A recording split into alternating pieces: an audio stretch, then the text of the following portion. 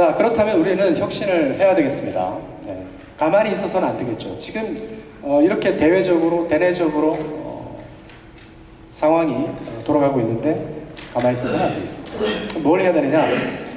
위기는 결국 위태할 위자와 틀기자 기회의 약어인데요. 기회가 있다라는 거죠. 태풍이 한번 몰아치면 자연을 정화하고 산불이 한번 나면은 실제 숲을 속아내어서 더 잘 자라게 한다고 합니다. 결국 이제는 지금 대비하는 기업들은 더 강해질 것입니다. 그런데 대비하지 못하는 기업들은 앞으로 영락없이 추락할 수밖에 없는 그런 상황이 되었다고 봅니다. 자, 영상을 하나 보시겠습니다. 여러분들 깨구리 실험 아시죠? 뜨거운 물, 찬물에서 서서히 깨구리를 달구면 깨구리가 튀어나갈까요? 가만히 있을까요? 네. 실제로 보신 적 있습니까? 한번 보겠습니다.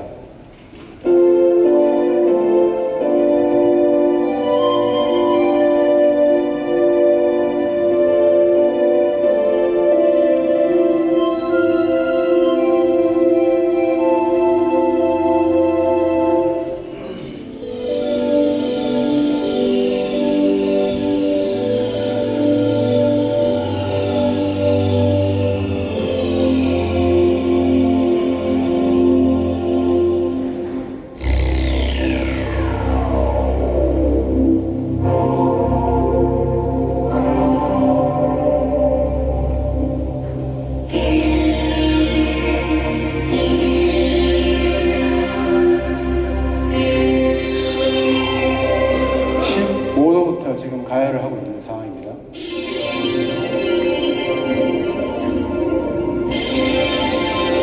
따뜻하니까 꼼짝을 하지 않습니다.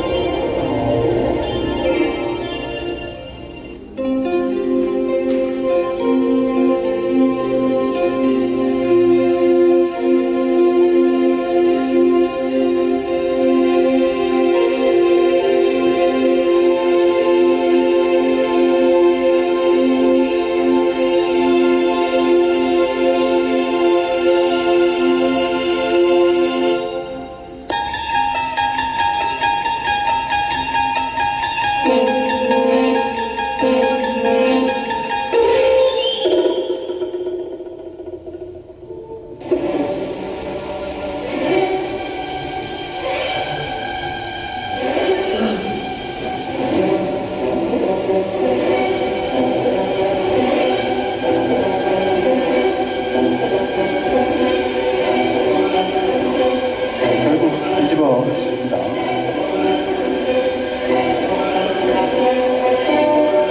따뜻하니까 계속 있다가 그냥 삼켜지는 거예요. 자, 그러면 온도가 높을 때 한번 넣어보겠습니다. 45도 때 깨구리를 넣으면 어떻게 될까요?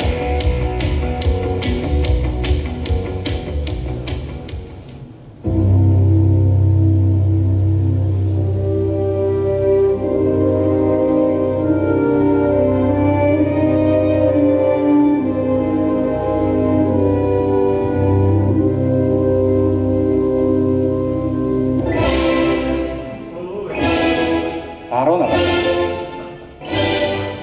네, 보셨죠? 현재 우리는 사업이 현재 잘 되고 있기 때문에 15도 정도에서 있다고 할 수 있습니다.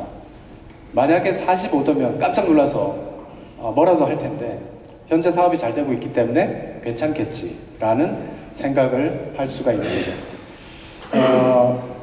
변화와 도약을 위해서는 반드시 혁신을 해야 됩니다. 혁신. 혁신하면 힘들고 어렵고 짜증난다 이런 얘기를 하죠. 왜 혁신해야 되는가? 몇 가지 이유를 보겠습니다. 세계 경제가 나쁘기 때문에 혁신해야 되는가? 네, 그럴 수 있죠. 아니면 다윈의 진화론 때문에 어차피 계속해서 진화를 해야 되기 때문에 변화해야 되니까 혁신해야 되는가? 네, 그럴 수 있죠. 아니면 약육 강식 때문에 변화하지 않으면 결국에는 잡아먹히니까 혁신해야 되는가? 네. 이 마다가스카르 모리셔스라는 섬에 도도새라는 이런 새가 있었습니다. 이게 불과 1681년도에 살았던 새인데요. 날지를 못해요. 굳이 날 필요가 없으니까. 왜? 그 모리셔스라는 섬이 아무런 천적이 없어요. 과일만 잔뜩 있어요. 그러니까 날개가 태화된 겁니다. 그러다가 1505년도에 포르투갈인들이 섬에 상륙을 해요. 그러면서 개도 데려오고 쥐도 이제 들어오기 시작하면서 되죠. 그러다가 어떻게 돼요? 도도새는 결국에는 이 사람들이 데려온 동물에 의해서 다 멸종되고 맙니다. 그게 100년 만에 이 도도새가 다 멸종을 해버렸습니다. 너무 안락하고 좋으니까 편안하게 있다가 그냥 끝난 겁니다. 네, 식물 세계를 볼까요? 네, 식물 세계에서 세계 최고 화이트 와인 가격이 1억 3천만 원 정도 되는데 이게 1811년산 프랑스 보르도산 샤토디케입니다. 근데 이 보르도 지역은 사실 비옥한 땅이 아니에요. 굉장히 척박합니다. 척박하다 보니까 어떻게 해야 돼요? 자갈 모래밖에 없어요. 그러다 보니까 뿌리가 더 깊은 곳으로 가야 됩니다. 어려운 환경이니까 살아남으려고 노력을 하는 거죠. 그래서 더 깊은 와인 맛을 낸다고 합니다. 결국에는 살아남는 종은 뛰어난 종이 아니죠. 변화를 해서 계속 적응하는 종이 살아남는 겁니다. 우리 인류의 변천사를 보면 양쯔강과 황허강을 비교해 볼 수 있는데 양쯔강은 물산이 풍부하고 기후가 좋아요. 근데 황허강은 맨날 홍수가 나고 물난리가 나는 곳입니다. 근데 실제 문명의 발생지는 어디입니까? 네, 전 세계 4대 문명이 발달한 곳이 바로 황허강입니다. 중국 고대 문명이 발달했죠. 저기는 너무 편안한 거예요. 물살이 너무 많고 도전이 없으니까 응전을 하지 않는 겁니다. 근데 오히려 고통상 외부적인 도전이 오니까 이런 걸 극복해야 되겠다 이러면서 기술이 개발이 되고 토지를 개간하고 이렇게 되는 거죠. 그러면 우리한테 온 위기가 나쁜 거냐? 오히려 좋은 거일 수 있다는 겁니다. 이참에 바뀌면 되니까. 네. 그래서 아놀 토인비도 결국에는 도전이 없었던 민족이 망한다 이런 얘기를 했는데요. 실제로 그렇습니다. 민족들의 여러 지중해 문명들의 생성과 소멸을 보면 기원전부터 이집트가 생성했다가 몰락했고 에게가 생성했다가 몰락하고 시리아가 그랬고 이슬람도 그랬고 정통기독교, 서유럽 이런 식으로 이 문명은 계속해서 반복된 리듬으로 지금 업다운을 반복을 하고 있죠. 근데 동일한 패턴이 있습니다. 올라갈 때는 굉장히 유행하고 가변적이고 화합을 하고 뭔가 새로운 걸 발명하려고 해요. 그런데 쇠락하는 문명은 어떻습니까? 획일적이고 경직돼 있고 변화를 싫어해요. 늘상 하던 그대로 매너리즘에 빠져 있다는 거죠. 네. 그래서 결국 이 변화와 유연성이 상실되면 쇠퇴로 갈 수밖에 없다라는 것을 역사가 이미 얘기하고 있습니다. 결국 만물은 음이 극에 달하면 양이 태동하고 양이 극에 달하면 음이 태동해서 음으로 전환되는 게 세상의 이치인 것 같습니다. 주역에도 나옵니다. 주역. 네, 주역에 보면 궁하면 변하고 변하면 통하고 통하면 오래간다. 즉 우리가 궁하니까 변해야 되고 변하면 통하고 통하면 오래간다 라는 얘기입니다. 그래서 시그모이드 커브와 같은 생각, 사업 시작했죠, 성장했죠, 성숙합니다. 결국에는 쇠퇴할 수밖에 없어요. 이게 문명의 역사적인 현상입니다. 그럼 우리는 어떻게 해야 되느냐? 터닝 포인트를 미리 가져야 된다는 거죠. 그래서 새로운 도약을 해야 됩니다. 이게 바로 시그모이드 커브 이론인데요. 가만히 있으면 안 된다는 겁니다. 지금 도약해야 됩니다. 오히려 더 성숙하기 전에 지금 혁신을 해야 된다. 그래서 올라가기 전에 다시 올라가고 또 올라가기 전에 혁신해서 또 올라가고 혁신해서 다시 한번 또 올라가는 이러한 궤적을 우리는 밟아나가야 되겠습니다. 자, 그러면 글로벌 기업들이 혁신하는 목적은 뭘까요? 여기 나와 있죠. Good to Great이 가장 상위입니다. 비용 절감 아닙니다. 위기상 돌파 아니에요. Good to Great. 제가 보면 혁신활동하는 회사들은 대부분 좋은 성과를 내고 있는 회사들이 혁신활동을 해요. 그리고 더 좋은 성과를 만들기 위해서 한다는 거죠. 안 하던 기업들은 안 하죠. 그대로 됩니다. 그러면 혁신 프로그램은 얼마나 성공할까요? 여러분들 100 중에 몇 개가 성공하겠습니까? 혁신 프로그램 도입 많이 하시죠? 이것도 해보고 저것도 해보고. 근데 성공률이 얼마 될까요? 30%밖에 안 됩니다. 네. 그만큼 이 혁신을 변화를 우리 조직에 가져온다는 것은 쉬운 것이 아닙니다. 자, 그럼 혁신은 무엇인가? 잠깐 영상을 한번 보시겠습니다. 메이저리그 개막 이후 홈런쇼를 펼치고 있는 뉴욕 양키스. 무려 17개의 홈런을 터뜨리며 MLB 개막 4경기 역대 최다 홈런 기록을 세웠습니다. 특히 3월 30일 경기에선 9개의 홈런을 몰아쳐 구단 역사상 한 경기 최다 홈런이라는 대기록까지 달성했죠. 이 압도적인 홈런쇼의 비결로 양키스 타자들이 사용하는 배트가 주목받고 있습니다. 우리가 알던 배트와는 뭔가 묘하게 다른 생김새.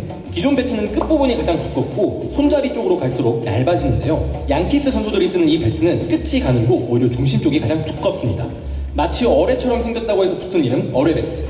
현재 양키스 주전 타자 5명이 이 어뢰 배트를 사용 중이고 개막 3연전에서 모두 홈런을 터뜨리며 마치 마법의 배트처럼 주목받기 시작했는데요. 이 배트의 배후에 놀랍게도 한 물리학자의 역발상이 있었습니다. 미시간대에서 전기공학을 전공하고 MIT에서 물리학 박사학위를 받은 에런 린하르트. 현재는 마이애미 말린스의 필드 코디네이터로 활동 중인데요. 2018년 양키스의 마이너리그 팀 타격 코치로 부임하며 프로 지도자로 입문한 그는 일하던 중 유레카를 외친 순간이 있었습니다. When players pointed to where they were trying to hit the ball, and they noticed themselves that was not the fattest part of the bat. They noticed themselves that the tip was the fattest part of the bat, and then everyone just looks at each other like, well, let's flip it around. 그렇게 공과의 접촉 지점을 가장 두껍고 무겁게 만든 새로운 배트를 설계하게 됐고 2년에 걸친 실험과 피드백 끝에 지금의 어뢰 배트가 탄생. Why did it take so long to think of this? For all the smart people in baseball for so long. All I can say is I was one of those smart guys for so long that grew up swinging those old weird-looking bats as well, right? That it's not until now that maybe anyone really thought about this, myself included. So you show up every day, you put the glove on you're given, you swing the bat that you're given, you put the spice on you're given, and you go about your day as best you can. 수많은 취진 앞이 낯설다는 린하르트. 최근 성과에 대해선 이렇게 말합니다. At the end of the day, it's about the batter, not the bats. It's about the hitters and their hitting coaches, not their hitting implements. So I'm happy to always help those guys get a little bit better. But 혁신이냐 부정이냐. 어뢰 배트가 뜨거운 감자로 떠오르자 메이저리그 사무국은 규정 위반이 아니라고 밝혔습니다. MLB 피셜 문제없음 발표 이후 다른 팀 선수들도 어뢰 배트에 관심을 보이고 있는데요. 이게 2년 정도 개발을 해서 25년 3월에 본격적으로 지금 운영이 되고 있는 배트인데요. 그 수십 년 동안 아무도 생각하지 못했습니다. 혁신이라는 건 사실 무엇이냐? 혁신은 대단한 게 아닙니다. 살갗을 도려내고 피부를 그런 게 아닙니다. 혁신은 사실은 좀 더 자세히 들여다보는 것이고 방법을 달리하는 겁니다. 방법을. 여러분들 책상을 옆으로 3cm 옮기는 게 얼마나 힘든 일인 줄 아십니까? 잘 안 바꿔요. 여러분들 집무실이 그대로일 겁니다. 잘 안 바꾸죠. 근데 그 3cm 옮기는 게 바로 혁신입니다. 기존에 하지 않았던 방법을 해보는 것. 그게 혁신이죠.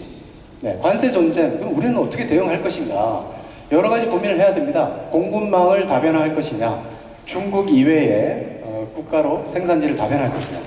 아니면 소부장 중간재 공급망을 재편할 거냐? 다중 소싱 체계로 구축을 할 거냐? 아니면 이제 고부가 가치를 개발하는 데 전념을 할 것이냐? 네. 프리미엄 제품은 아무래도 관세 영향이 적죠. 기술 차별화, 기술 자립도, 브랜드 가치를 높일 거냐? 아니면 국가별로 미국 시장, 중국 시장, FTA 적용 국가, 수출 시장 이런 수출 시장 다변화를 기할 것인가? 이런 고민들을 해야 되는 거죠. 각도를 1도만 바꿔서 생각을 해보는 겁니다.